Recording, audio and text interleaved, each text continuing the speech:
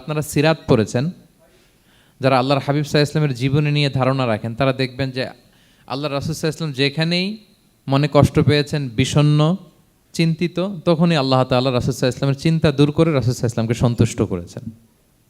যখনই রাসূল সাল্লাল্লাহু আলাইহি ইসলামের মনে কষ্ট, তিনি চিন্তিত, তখনই আল্লাহ তাআলা ওনাকে হ্যাপি করেছেন। কাইন্ড অফ রাসূলকে হ্যাপি করাই আল্লাহর কাজ, আল্লাহর হাবিব সাল্লাল্লাহু আলাইহি ইসলামকে হ্যাপি করাই আল্লাহ তাআলার কাজ। দেখেন কিভাবে আল্লাহ তাআলা আল্লাহর হাবিব সাল্লাল্লাহু আলাইহি ইসলামকে হ্যাপি করেছেন, একটু খেয়াল করে দেখেন। মক্কাতে যখন খুব জটিল অবস্থা, দাওয়াতি কাজ চালিয়ে নেওয়াটা রাসূল সাল্লাল্লাহু আলাইহি ইসলামের জন্য কষ্ট হয়ে যাচ্ছে, নমুসলিম সাহাবাদের উপর অত্যাচার, তখন আল্লাহর হাবিব সাল্লাল্লাহু আলাইহি ইসলাম দেখলেন যে এই মক্কার দুজনের একজনকে আমার চাই। তাদের একজন যদি ইসলামের ছায়াতলে আসে তাহলে ইসলামের পাল্লাটা ভারী হয়। কারা? একজন হচ্ছে ওমরে ফারুক আর একজন আবু জাহাল। দুজনের একজন তখন ইসলাম ধর্ম গ্রহণ করে নাই।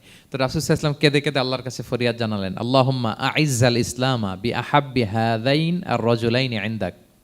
আল্লাহ, আমি কাউকে স্পেসিফিক তোমার কাছে চাই না, শুধু এটাই বলি, দুজন লোকের নাম বলবো, এই দুজন লোকের মধ্যে থেকে যাকে তোমার পছন্দ হয় তাকে তুমি ইসলামের ছায়াতলে এনে ইসলামকে শক্তিশালী করো।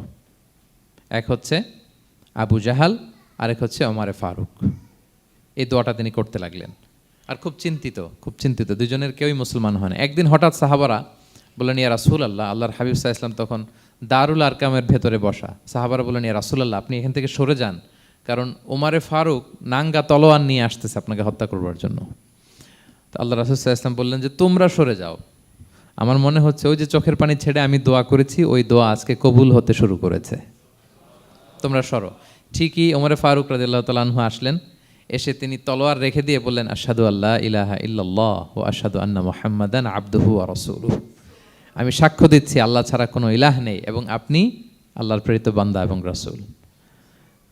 এই দৃশ্য দেখে রাসূল সাল্লাল্লাহু আলাইহি ওয়াসাল্লাম খুশি হয়ে গেলেন। ওয়ালা সাউফা ইউতিকা রাব্বুকা ফাতারদা। আল্লাহ বলেছিলেন যে নবী হে, আপনাকে এত দিব, আপনার রব আপনাকে এত নেয়ামত দিবে, আপনি শুধু খুশিই হবেন, সন্তুষ্ট হবেন আমার প্রতি। এদের রাসূল সাল্লাল্লাহু আলাইহি ওয়াসাল্লামের দোয়া কবুল করে আল্লাহ তাআলা ওমরে ফারুককে ইসলামের ছায়াতলে এনে ইসলামকে শক্তিশালী করলেন। ফাতারদা, রাসূল সাল্লাল্লাহু আলাইহি ওয়াসাল্লাম খুশি হয়ে গেলেন। এভাবে প্রতিটা ক্ষেত্রে। মক্কাতে যখন খুব কঠিন অবস্থা, রাসূল সাল্লাল্লাহু আলাইহি ওয়াসাল্লাম তায়েফে চলে গেলেন দাওয়াত দেওয়ার জন্য। নেইবারিং সিটি, আপনারা যে হজ উমরা করেছেন জানেন, মক্কার পাশের সিটি তায়েফ। দাওয়াত দিলেন, দাওয়াত প্রত্যাখ্যান করলো তারা। শুধু তাই না, ফিজিক্যালি হ্যারেস করা হলো আল্লাহর হাবিব সাল্লাল্লাহু আলাইহি সাল্লামকে। রাসূল সাল্লাল্লাহু আলাইহি ওয়াসাল্লামের জামা ধরে, গা ধরে টানা হেঁচড়া করা হলো, পাথর মারা হলো, তিনি রক্তাক্ত হলেন। হামালাতুল জিবাল, পাহাড়রক্ষী ফেরেশতারা বলল, ইয়া রাসূলুল্লাহ, আপনি যদি আদেশ দেন তায়েফের দুই দিকের পাহাড় দিয়ে এমন চাপা দিব, পুরো তায়েফের জনপদ একেবারে ভ্যানিশ হয়ে যাবে।